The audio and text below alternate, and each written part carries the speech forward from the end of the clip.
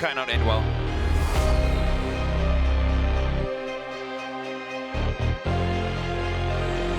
Through the chicane. 2 more corners to go now in the FIA Formula E race here in Beijing. There's still just 0.6 of a second between first and second, but it looks as though Nico Prost may just have enough. He comes through turn 19, 1 turn to go. Heidfeld's closing in as they come towards the final corner at turn 20. Is Heidfeld going to fancy a look into the last corner of the race? Heidfeld goes to the inside line and they make contact and they're both off. And that's an accident for Nick Heidfeld. He has gone off the circuit. The 2 of them come together in the final corner, which means Lucas de Grassi is going to take victory in the FIA Formula E race here in Beijing. A dramatic end to the race as Nick Heidfeld is pitched into the air after contact with Nico Prost. And there is Nick Heidfeld clambering out of his Venturi car. It's good to see. It's fantastic to see Nick Heidfeld climbing out. Not really the test we wanted, and I think we might have a bit of a conversation here between these two. And Nick Heidfeld not impressed with that. And so a dramatic end to the Formula E race here in Beijing. Here we go, this is on board, coming down towards the final corner. Heidfeld goes to the inside, and I mean that's swerved him.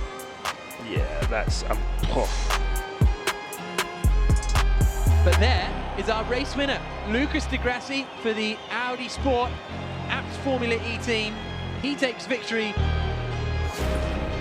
Lucas de Grassi, you have put everything you've learned over the past few months into practice. Congratulations, you are the winner. How does it feel? It feels great to be the first winner in Formula E. Although I have to say the accident in the last corner is something that nobody wants to win this way. Our strategy was not the best strategy. We lost a position, we were not able to get it back. But that's racing. I'm very glad that Heidfeld is okay and the car proved to be very safe, first of all, but I'm very happy to get this win home.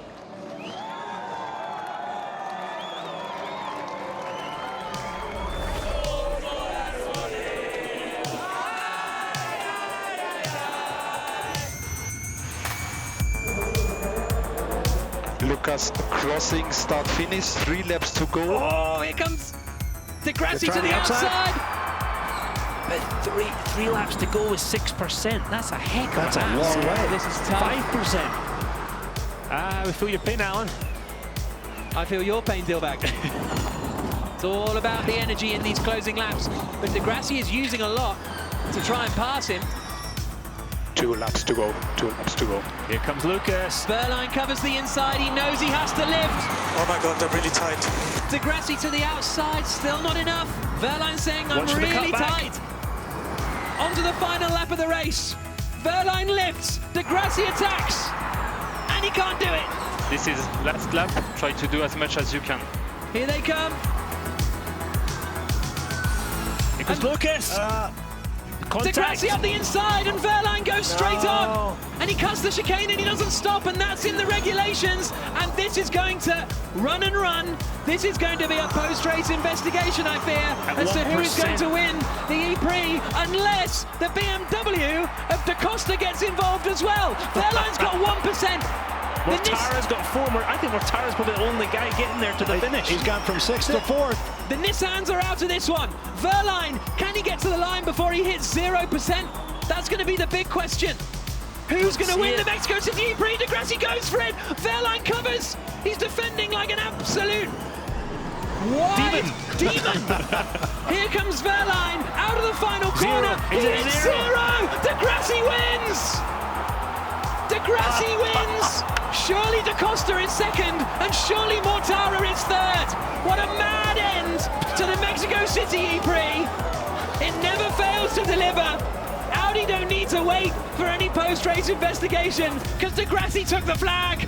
Verline's been given a 5-second time penalty as well for cutting the chicane. The highs and lows of racing. I think today was my best Formula E race ever. It was unbelievable. Verline was very dodgy, closing the door, changing direction many times. So I tried to put pressure on him, make him use energy, and then in the last corner he just slowed down, tried to close the door, and I crossed the line sideways. It's unbelievable.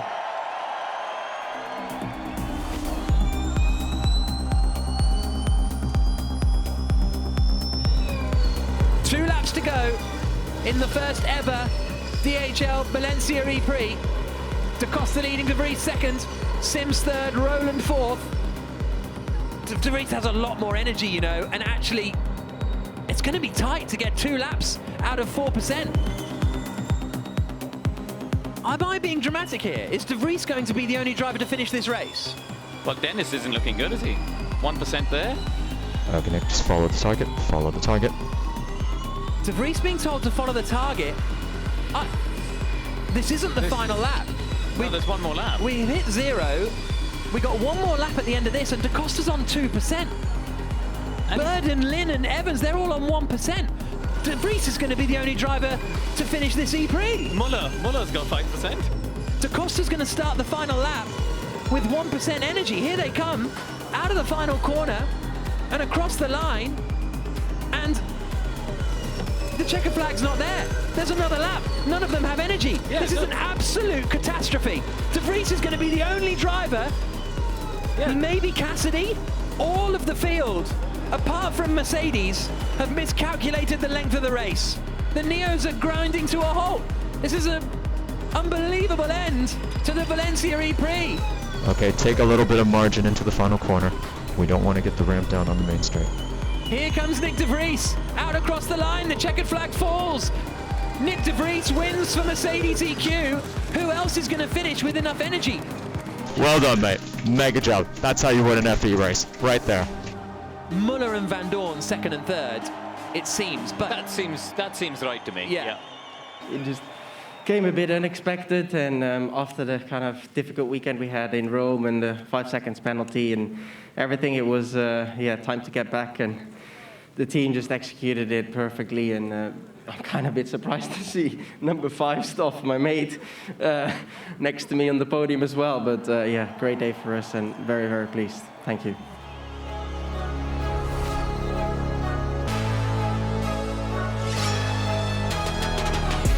Freins is under big pressure from Gunter. Evans leading, but look at this battle for third. Robin Freins covers the inside, and look how close it is for the lead. Da Costa right behind Mitch Evans as they climb up Beau Rivage. Keep your energies under control, keep your energies under control. Side by side, and here comes Da Costa, they make contact! Evans holds the lead. And what a grandstand finish we're in for at Monaco. Fantastic stuff with Evans, Da Costa, Freins third. Again, Evans is defending. I'm going to struggle here. Evans is saying, I'm going to struggle here. One more lap to go. Evans holds the lead. Final lap of the E-Prix. It's going to be so close for Mitch Evans to get to the end of this. If he hangs on, it'll be one of the most remarkable drives that we've seen in Formula E. Da Costa goes for it into Beau Rivage. They don't hit. Just. Freins has got more energy than the pair of them in front. Down the hill now, into Mirabeau. And you can defend into Mirabeau. The hairpin though, watch for Da Costa doing a lunge. Oh, and it covers the inside. Mitch Evans, Antonio Felix Da Costa, 1% of energy left too. Final lap, coming down into the new Nouvelle chicane. Da Costa to the outside and to the lead. All locked up, gets it stopped. Da Costa takes the lead on the final lap. The DS2Gita driver hits the front. The reigning champion is going to secure his first win of the season. Robin Freins is going to try and take second because Evans is going to be so close, so marginal getting to the end. Jean-Eric Verne is involved as well. Freins to the inside. They bang wheels. Evans cuts across. There's a crunch of carbon fibre. Evans still holding on to second place. The widest Formula E car you've ever seen. But Da Costa cleared him. Da Costa comes through the final corner. Da Costa wins in Monaco. And Jack Nicholls has lost his voice. An unreal end to the E-Prix, and Freins gets second, does he? Yes! Freins on the line! This was the move again for the lead. Full commitment to the outside. Everything locked up. Gets it stopped. Da Costa one chance to win this race, and he took it with full commitment. A fantastic manoeuvre. Just authoritative, just went in there, took the win. Mitch Evans was in trouble. Mitch drove a fantastic race too. I knew the race was going to be so hard with the energy management, and we played a perfect strategy with the team telling me all the information I needed to know at the right time. all the attack modes and everything was really well played. And oh my God, I mean, how many lead changes we had in a Monaco Ypres? I mean, that doesn't happen in any other racing series, you know. So do you think that last one was the best overtake of your career? It was definitely the riskiest. I thought I wasn't going to make the corner, but you know, Mitch, he was super fair, and Robin as well. Super hard, but always super fair. I love racing these guys when it's like this, so love it.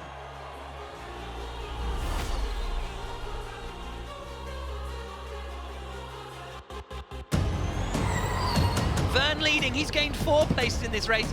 Da Costa has gained 9. And it's all kicking off behind. It's madness at the back there. Yeah. There's a bit of debris flying up in the air. It's the same for him, don't worry. 2 laps to go, you will make it. 2 laps to go, you will make it, is the message to Jean-Eric Vern, but Da Costa's looking for it. Da Costa wants this, he's not settling, is he? Da Costa's got a great run off turn 7, onto Beach Road. Is he going to go for it again into 8?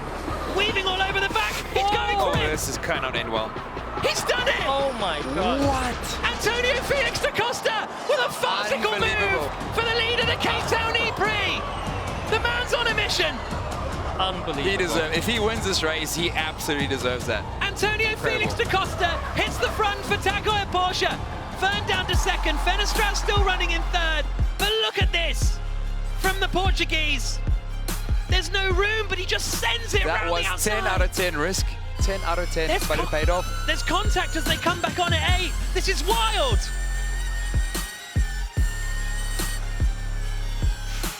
Oh! But it's all about the battle for the lead. Does Vern fancy the same move? He can't pull it off here. Down towards turn 10. Da Costa's fighting Vern off. That might have been the last chance for the Frenchman. It's not going to be back-to-back wins. It's going to be Antonio Felix Da Costa into turn 12, through the final corner. Da Costa wins for Porsche for the first time on the streets of Cape Town. Unbelievable drive from the Season 6 champion. I think it's a first. I don't have a lot to say.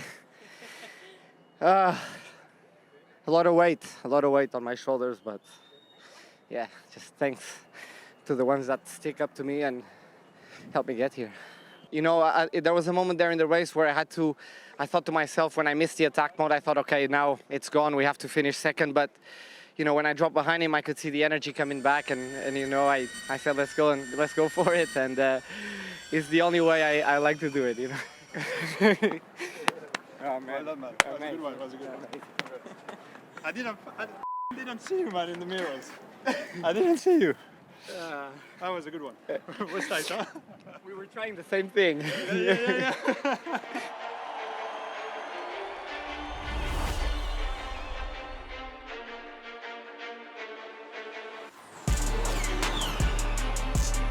This is looking, guys, like a 2-horse race. How aggressive is Sam Bird going to be? The Jaguar in front, that's the team he drove for last season, and he was let go.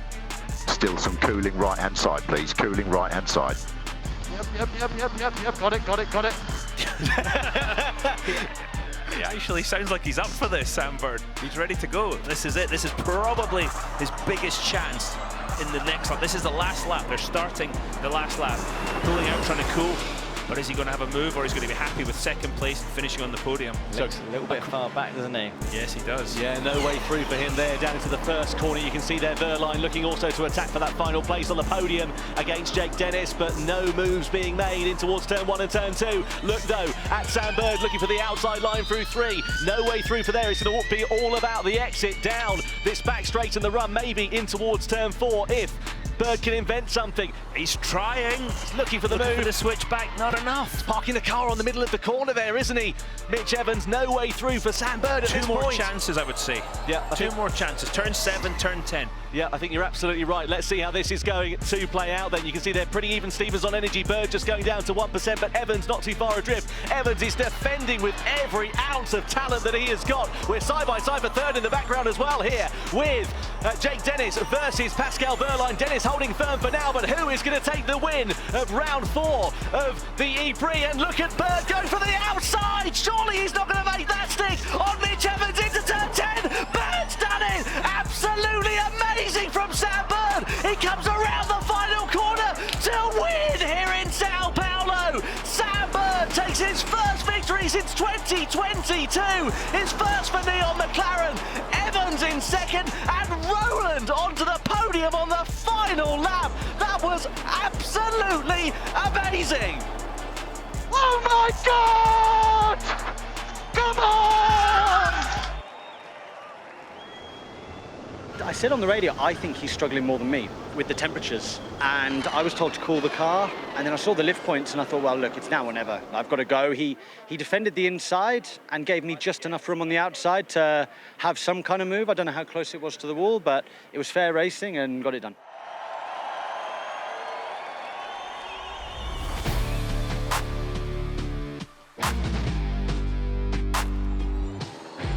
Two laps now remaining. As we see Cassidy just holding on to that race lead. You can see him driving the defensive lines though. Evans isn't going to give this up. There's nothing coming through saying that these two are going to have to finish in the formation that they sit now. At the end of the day, from the team's perspective, 1-2 is perfect, whichever way around it is. And it was not necessarily Nick Cassidy's fault that Evans has lost his front wing. Well, the thing is, Evans isn't going to finish 1 and 2, is he? Because, of course, of that 5-second time penalty to consider in this one. So, though, wide there for Cassidy. That's a mistake. He's off onto the grass. He's lost it. Evans and Cassidy very close to one another, and Cassidy spins it round. What a disaster for the championship contender. The rest of the field goes sweeping on through, and Nick Cassidy has thrown away the victory here in Portland. So it's now Mitch Evans that leads the race, but of course he's got a 5-second penalty to serve. I would not want to be in the debrief after this race for Nick Cassidy in the Jaguar TCS Racing camp, because that is an absolute disaster for the championship leader. Evans is going to come through these final few sweeping corners. He knows though that it's he's got that penalty, 5 seconds to serve, and Antonio Felix da Costa, though he will finish second on the road as we come out of the final corner, it'll be Evans who takes the checkered flag first, but it is Antonio Felix da Costa who comes across the line to take yet another victory. 3 in the last 4 races for Antonio Felix da Costa. Jaguar and Nick Cassidy will be very, very disappointed. Let's have another look here, Alan. Yeah, he just went in and it was actually nothing to do with Evans. He just went in tight, got lost the rear and then spun around. It was purely and simply, it looks like a driver's mistake, nothing else. Snap of oversteer there going through 11. He was wide, he was offline. That was already, it was gone by that point. By the time he got the oversteer, he was well out of position. It's there, he missed the apex. Look how wide he was turning into the chicane. That put him out of position and then it's all gone. However, Evans, even though he won going across the line, he actually, with the penalties, in 8th. So he's still been the winner out of this alongside da Costa. I mean, for the championship. But you know, we did everything right today. It's always hard fighting against 2 cars of the same team, and but we were able to put the Jags under pressure there, and then with Nick making a mistake at the end. But yeah, honestly, for me today, I just really wanted to keep it clean and be there at the end, and then see how it unfolds. And it looked like I was going to finish 3rd, and then Nick makes a mistake, Mitch has a penalty, and we take the win there at the end. So it's an amazing run of races, to be honest.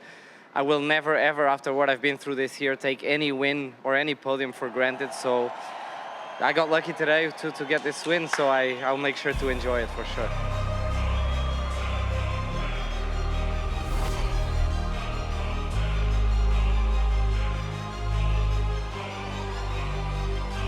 And we're coming down to the final lap of racing here. We're going to have to get a last lap lunge, aren't we? Gunter's got to have a go on the final lap. This is for the win, his first win with DS Penske potentially. So 3 kilometres, 1 lap to go here at Jeddah. Across the timeline we go. It's Roland versus Gunter for the race lead. Keep an eye out for Barnard as well. He's not out of the picture of this one. Team radio for Gunter. Roland is lifting early turn 1. Go now, Max. Let's go. You're the best on track. Max being told that Roland's lifting there a little bit into turn 4, really closes up, and Barnard's not out of the picture. In fact, he's right in the picture here. 3 drivers potentially battling for the lead on the final lap. Roland, Gunter, and now Taylor Barnard. 3 different drivers, 3 different manufacturers and teams. This is going to be absolutely thrilling to the end of this one. Here comes Gunter, looking to the outside, into the bus stop chicane, tries to switch it back, but Roland's got the line covered again. And we're taking any opportunities. Yeah, so Gunter a little bit not as good out of the bus stop. Energy is tight there for Roland. Look, he's going to recover some on the braking, but Gunter's got a little bit more in hand. Does he have the opportunity though? Only 2 chicanes to go, Tom. This is absolutely critical there for Oliver Rowland, so he's counting down the energy. Look at the graphic on the left-hand side of your screen, and this is going to be absolutely nose-to-tail action between 4 drivers for the victory in this run. Is Max Günther going to go for the lunge on the outside against Oliver Rowland? He does, and Günther goes through and into the lead in the final couple of corners of this race. Out of it now, the DS Penske driver wins here in Jeddah. It's Max Günther on top from Oliver Rowland, Taylor Barnard and Nick de Vries. What a grandstand finish we've had here in Jeddah. And ultimately, it was pole position for Günther, and it's the race victory at the end of 31 laps. What a finish in Saudi Arabia. Yeah, at the end we just had more than everyone else, and we got the win. Obviously, I didn't want to leave it to the last corner, but there was no other option. Oli was doing a mega job today, and yeah, great race.